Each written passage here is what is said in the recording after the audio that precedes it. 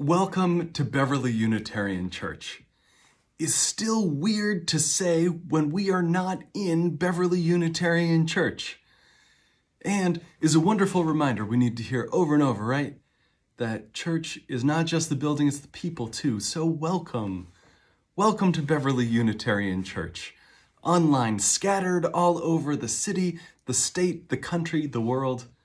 My name's Reverend David Schwartz, and I am so glad to be with you this morning. Wherever you are and how you're doing, I'm glad that you are here. We welcome all people here, every color of the rainbow, and from every place on earth. Whatever your past is like, whatever this present moment is like for you right now, we invite you to walk into the future with us. Here we celebrate a diversity of beliefs, striving always to make space for more. Like other Unitarian Universalist congregations, we affirm certain principles, 7 principles. And what binds us together is not the specific list of things that we believe or theological propositions, but a shared commitment to these principles, which we then live out in different ways, and imperfectly, of course. I am so glad to welcome music from our own Renee Jerusek this morning. Renee, thank you so much for letting me edit some of your harp into this service. I'm really grateful for it. We are delighted to welcome visitors. So if you are joining us for the very first time right now, stick around, chat, introduce yourself in the chat, stay for coffee hour after the service. We'll post a link for Zoom for a video conference, coffee hour after the service. Or reach out to the office, get signed up for the mailing list so you can find out what's going on and we can let you know what's happening. Normally, I would invite you to silence any electronic devices that you have right now. It's so good to be with you in this weird moment that we are in together. It's good to gather together. Our words for the chalice lighting are by the poet Steve Garnaas Holmes, and it's a piece of poetry called To Live in the Longing. I'll light our chalice to live in the longing. He writes, You who live in temperate zones, who haven't lived through these months here of cold, shoveling snow, shoveling more snow, living in box canyons of snow under worried roofs, dripping walls, chipped ice, walking stiff-kneed on ice, dressing complicatedly for every sojourn, the layers, the precautions, things matted, frozen shut, the dark skies continually falling dark. If you haven't looked out the windows trying to remember what a yard looks like, trying to guess where the ground is, longing for green, longing for smells, longing to walk across grass, to be outside and not hurt, longing for something to be easy. If you haven't, do you know this yearning? This yearning in us for light, for warmth, for beauty, for release. Do you know the ache? I believe you know it. With or without the metaphor in your yard, it's the ache for a new world. It's the ache for the old life to close its winter eye, the ice grave to crack wide open, for your true self to walk toward you out of the darkness.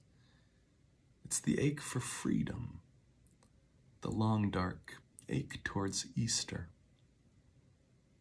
Not a bad thing to live in the longing, with even grace not merely laid at your feet, yet not of your doing, but purely gift.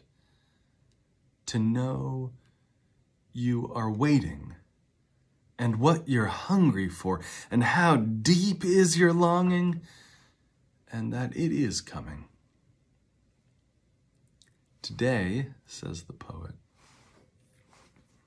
today is the first day of spring. The forecast is for snow. I am filled with hope. will you join me in the words of our covenant? Love is the spirit of this church, and service is its law. This is our great covenant, to dwell together in peace, to seek the truth in love, and to help one another. I invite you in the chat to warmly greet those who are gathered today. We no longer have handshakes of friendships, we have chat windows of friendships. So greet each other with the same vivacity and warmth and persistence that makes it difficult for me to get your attention back again when we're actually in the same room. Welcome. Good morning.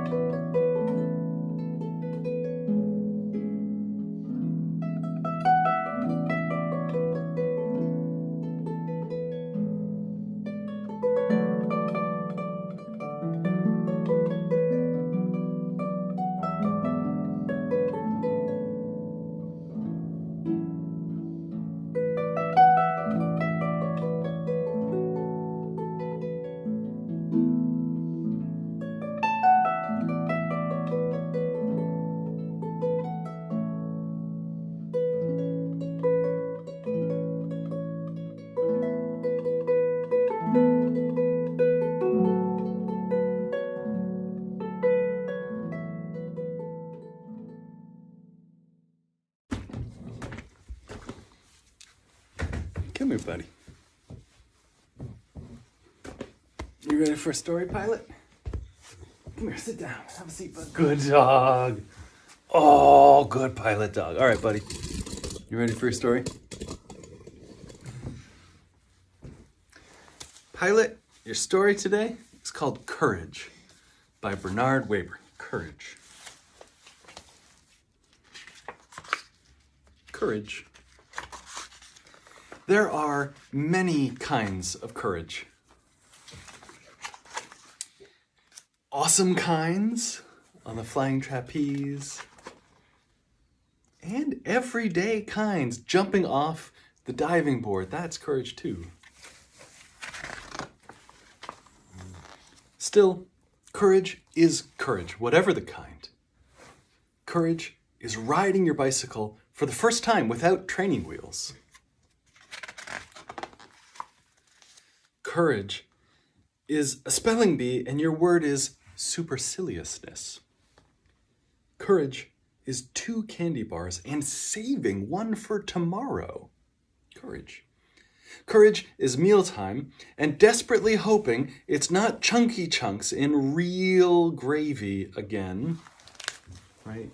Sorry, buddy. Chunky chunks. Courage is nobody better pick on your little brother. Pilot got worried about chunky chunks and real gravy. Courage is, it's your job to check out the night noises in the house. Courage is being the new kid on the block and saying flat out, "Hi, my name is Wayne, what's yours?" Courage is tasting the vegetable before making a face. Courage is not peeking at the last pages of your whodunit book to find out who did it. Courage is being the first to make up after an argument. Courage is arriving much too early for a birthday party. Courage is sending a Valentine to someone you secretly admire and signing your real name. Courage is admiring, but not plucking. Courage is going to bed without a nightlight. Courage is deciding to have your hair cut. Courage is trying to cover up your mean, jealous side. Courage is a scenic car trip and being stuck in the middle during the best parts. Courage is explaining the rip in your brand new pants. Courage is exploring heights and depths. Courage is a blade of grass breaking through the icy snow. Courage is starting over. Courage is holding on to your dream. Courage is being a firefighter or a police officer. Courage is sometimes having to say goodbye. Courage, well, courage is what we give to each other. Friends, this is a time for courage. This is a time for ordinary courage. This is a time for the courage to persevere and just keep on going. This is a time for the courage to do your school assignments that are being sent to you when you really don't feel like it and you would much rather just play Minecraft for the entire day. Courage is making dinner when there is a pint of ice cream in the freezer and you could just eat the ice cream and not make the dinner. Courage is making dinner and taking care of yourself. Courage in this moment is even going to bed and turning off the screen instead of watching one more episode and getting yourself a good night's sleep instead.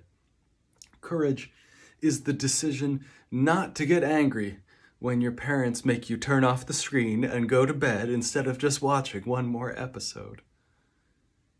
And most of all, courage is what we give each other. Courage doesn't mean not being afraid, and courage doesn't mean not being worried. All those kids and dogs and cats and adults and grown-ups and grandparents through this whole book, they weren't people who weren't afraid. They're people who are afraid and who are worried and who didn't know what was going to come and who did the next right thing anyways. And that's what's on for us to do too right now. We are afraid and worried and we don't know what's going to come. But we know we're going to do the next right thing anyways. And we know that we're going to make it through together. Courage is what we give each other.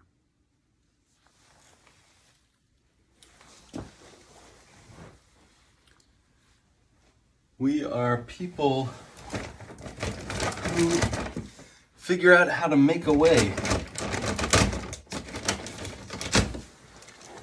even when the way doesn't seem to be clear.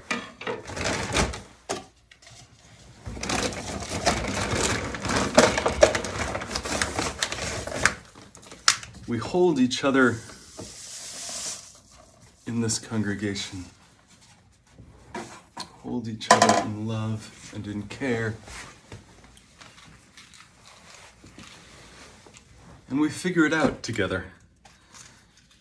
And we make a new way where there didn't seem to be a way. In this community, we see each other and we hold each other. We invest our lives in each other. Rather than moving through the world pretending that everything's fine and we're doing just great,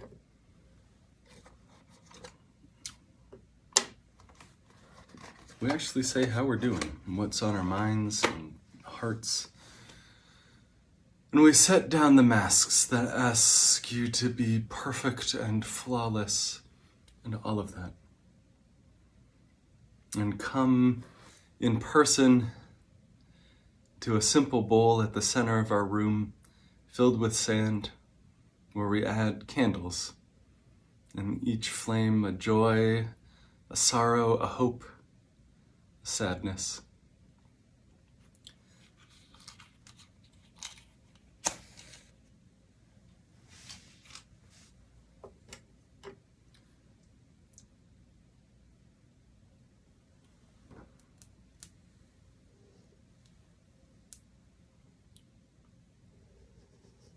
A candle for all those who are sick, who are struggling.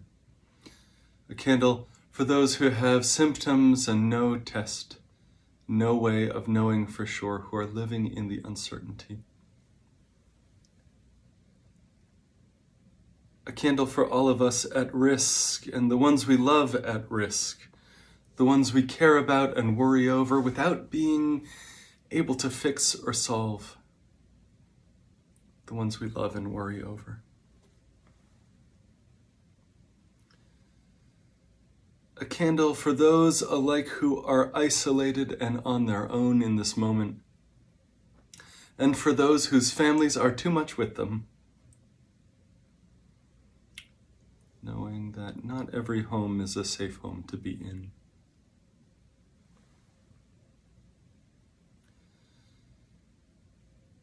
A candle for all the helpers,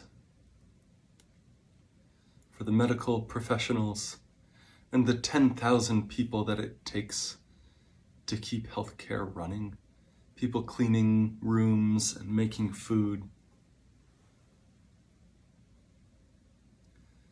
A candle of hope that we can come through this and that we can do it together.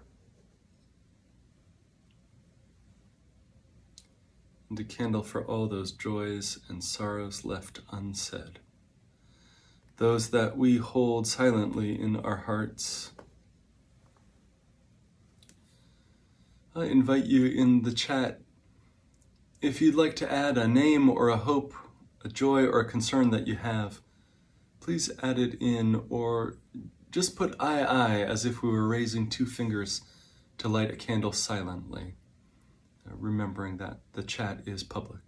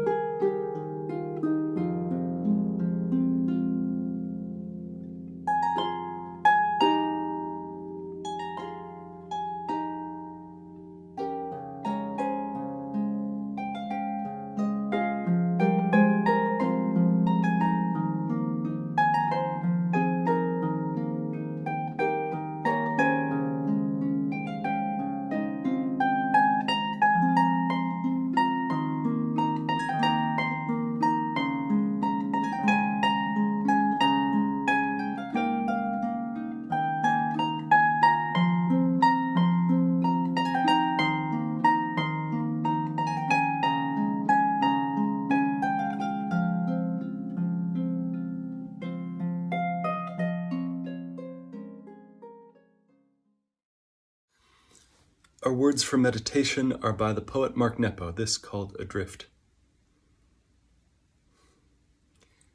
Everything is beautiful and I am so sad. This is how the heart makes a duet of wonder and grief. The light spraying through the lace of the fern is as delicate as the fibers of memory forming their web around the knot in my throat. And the breeze that makes the birds move from branch to branch, as this ache makes me look for those I've lost in the next room, in the next song, in the next laugh from a stranger. In the very center, under it all, what we have that no one can take away, and all that we've lost face each other. And it is there that I am adrift, feeling punctured by a holiness that exists inside everything.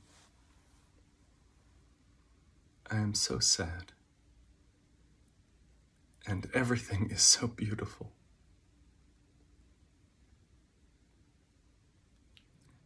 In the Christian calendar, it is Palm Sunday today, the anniversary of Jesus' triumphant entry into Jerusalem, just days before his betrayal and execution by the state.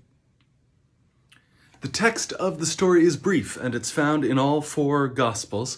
His disciples get a donkey for him to ride. They spread some extra clothes on it for a saddle he rides, and this chaotic crowd walks with him. They lay branches down and their clothes down in front of his path, red carpet style. And they wave palm branches. And he enters the city, and the inhabitants of Jerusalem, seeing this strange parade, ask, "Who is this?" What the gospel writers don't say, any of them, what they would have known so well that it didn't need saying, was that same day another parade was happening on the other side of the city. It was the week before Passover, and each year Pontius Pilate, the Roman governor of that occupied territory, held a military parade. Officers on horseback, bright armor, shining red cloth in the sun, rank on orderly and trained rank of soldiers. One commentator explains it all like this. They say each year this Roman display of might is there to intimidate Jews gathered for Passover, the celebration of God's power to free them from the cruel Egyptian Pharaoh. Pilate's job at Passover is to crush any nascent hope by the Jews of another successful rebellion against their present-day oppressors. Rome will keep the peace, but its Pax Romana will be ensured by violence, not love, not fairness, and lest this be misunderstood, hundreds of gruesome crosses line the roads into Jerusalem, a warning, a public warning. The commentary continues. They say Jesus, or the writers of the gospel, as they told and retold this story in the centuries after his death, plans Palm Sunday carefully. An act of living theater, making a point about the choices that you and I face. Jesus chooses to enter Jerusalem on a lowly donkey with a cluster of children and adults waving palms. And together they'll shout their joy for a God who heals, who brings peace, who forgives. This God who they've seen through Jesus. A different way of life is possible. And Jesus shows by the symbols in his parade that peace can be achieved by nonviolence, by dignity given to all, by us loving each other as God loves us, he says, abundantly. And these 2 different ways of peacemaking are contrasted that day in 2 competing parades on Palm Sunday. The people of Jerusalem will need to choose between them. So will we. It is a choice of the kind of life you want to live. It's a choice to answer the call of this life that you're invited into. Which parade will you choose in the daily living of your life? The little things, too. My friend Anna in New York described overhearing someone at the gym ranting when satellite TV went out during a snowstorm. She says he was outraged. He was morally indignant, and he was looking to me, she said, as if I might commiserate as a fellow victim of injustice. I said nothing. But she says, I felt something close to despair as I thought back on the many interactions I've had with people indignant about an elevator that's too slow, or their preferred brand of whatever being unavailable. It's not just the privilege, it's not just the lack of perspective, it's that our innate spiritual sense of injustice, she says. Our natural capacity for outrage, amply evident in my young kids, has been co-opted and displaced into this consumer theater. the precious resources of our outrage, our brain power, our words, our sacred energy are wasted on this fake outrage, fake resistance. We all have a moral capacity for outrage and a human capacity for love. And the question and the choice set before us is, to what shall we give these precious and limited capacities? Into what shall we invest the days and hours of our hearts? And what dividend do we hope that investment will pay? It's easy to hear the Palm Sunday story of Jesus' entry into Jerusalem through the frame of the lens of the theology you might have grown up with, or absorbed through the culture, that this is the story of Jesus, the king, the ruler, the one who's going to make everything right for us sooner or later. But all that imagery obscures, all that bad theology covers up Jesus' message. All of that is the religion about Jesus. I'm interested in the religion Jesus was inviting us into, calling us to practice. His message is that he did not come to do our work for us, but to show and model a way of life that we're invited into. That understanding of Jesus is not new. This is how Unitarians have read the gospel 200 years and more. In Luke, on the way into Jerusalem, Jesus heals a blind man and welcomes in a tax collector. Why include that in the story? To make the point that everyone counts and everyone matters, even right at the very end. Everyone is welcome into the beloved community. He's not there for a political coup. He's there for the establishment of beloved community here and now on earth. And that quality, the experience, the way of living on earth can happen regardless of the political power structure, regardless of the things that try to co-opt and steal our attention, our outrage, our capacity for love, and our capacity to desire justice. Despite all of that, exactly right now, even now, we can start. And that is the threat against empire, the system of total control. A status quo that depends on haves and have-nots, that depends on insiders and outsiders. Empire only works if we treat our enemies badly, if we love our enemies, if we open our doors to the empire's outcasts. We haven't overthrown Caesar, but we've made that reign meaningless. Empire depends on inequality and on enemies. The question is, which parade will you join? The status quo, the unthinking movement through life, wants you mad when the cable goes out. The status quo wants you to forget the Good Friday reality of suffering and death and live in a Black Friday world. Instead, Black Friday, the day after Thanksgiving, the biggest shopping day, when we pour time and money and energy and attention and outrage into what to buy. The status quo wants you living in a Black Friday world instead of living in a Good Friday world.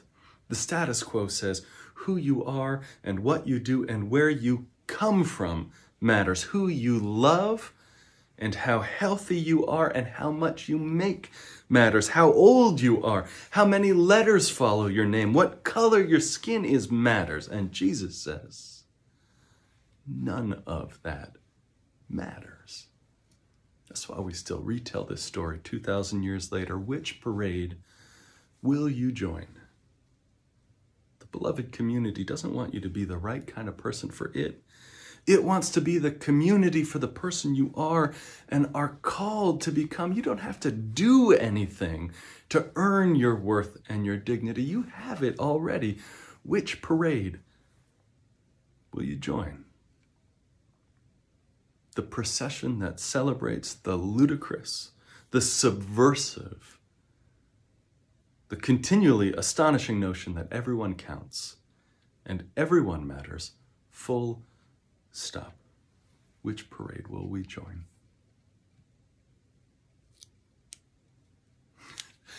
I know we're not joining any parades in person anytime soon. We are gathered together apart. And this question is all the more sharp because the usual routines and habits of everyday life have been peeled back and peeled away. And we have the time and the space enforced, perhaps, to face these questions more sharply than we usually do. We're gathered this morning together and apart. Each of us in our own homes, apartments, people who are weary with work, weary with kids, weary with the loneliness of only our own company, some of us, right? And uncertain of our own health, of the people we love, wondering what will become of us. The projections say 250,000 people may die in the weeks and the months ahead. Every one of us will know someone. And in the days to come, every one of us will lose people who we love. And when we gather again together in person, when we light candles all together again, there may well be empty chairs. And I feel faced with that, overwhelmed and numb and alternately despairing and convicted by the beauty of these communities of you all coming together, taking care of each other. I go to bed every night more exhausted after doing less, and I wake up in a world that seems less solid every day. And I remember years ago at a protest, a sign that read, just this, a sign that read, what we have in common is that we are heartbroken.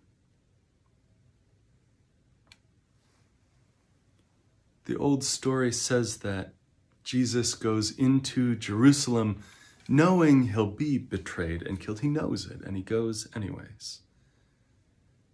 And his parade is joyful and hopeful and triumphant and sincere and heartfelt and beautiful. And he knows he'll be killed. And he knows that when his people gather, there will be an empty chair. His parade is joyful and heartbroken, both. We retell this story. 2 millennia later, we retell this story to ourselves, to our own mixed multitude of Unitarian Universalists, gathered Christians and atheists and Buddhists and mystics and humanists, telling this story, remembering this story, not because we're interested in the religion about Jesus, but trying to follow a path he followed too,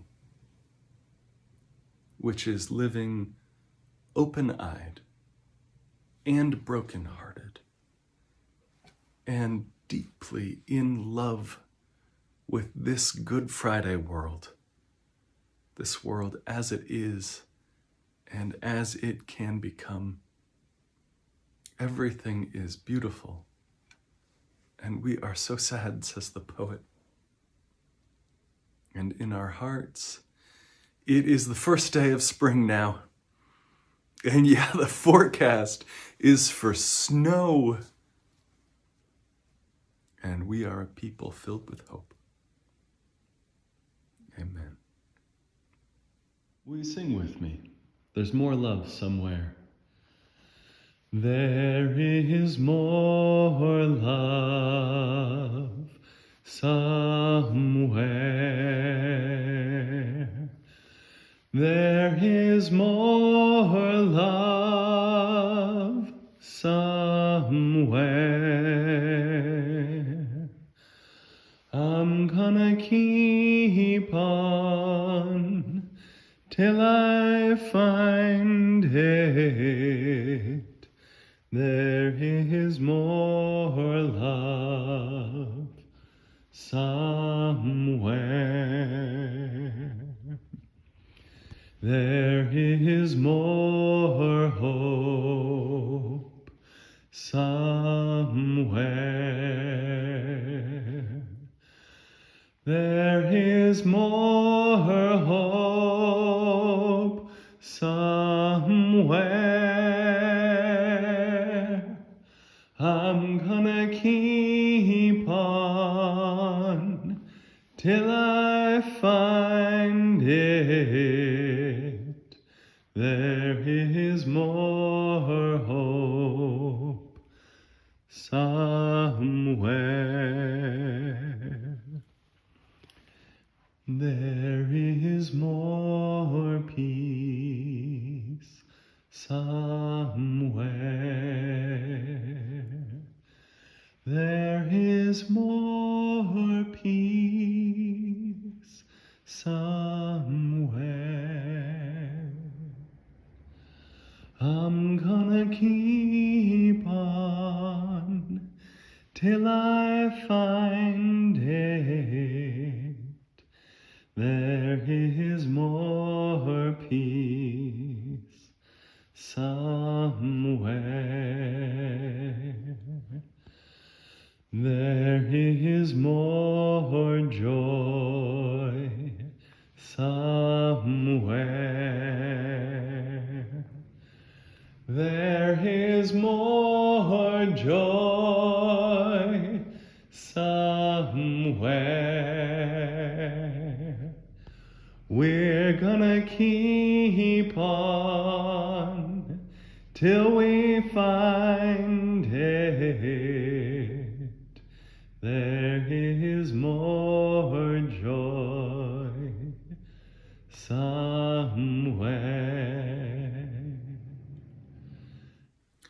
Our closing words are by the Unitarian Universalist minister, the Reverend Gretchen Haley. She writes, "All you can do is walk into Jerusalem with the hosannas ringing in your ears and the palms coming at you in every direction, when you're already remembering the bitter of what comes next. Even then, all you have is the moving forward into the city and the call that says, you have been preparing for this your whole life. That every good thing will come undone does not make it all make-believe, and when the world turns upside down, and lovers become strangers, and thieves and betrayers turn out to be the beloved beside you in the dark, even when the palms turn to passion, even then,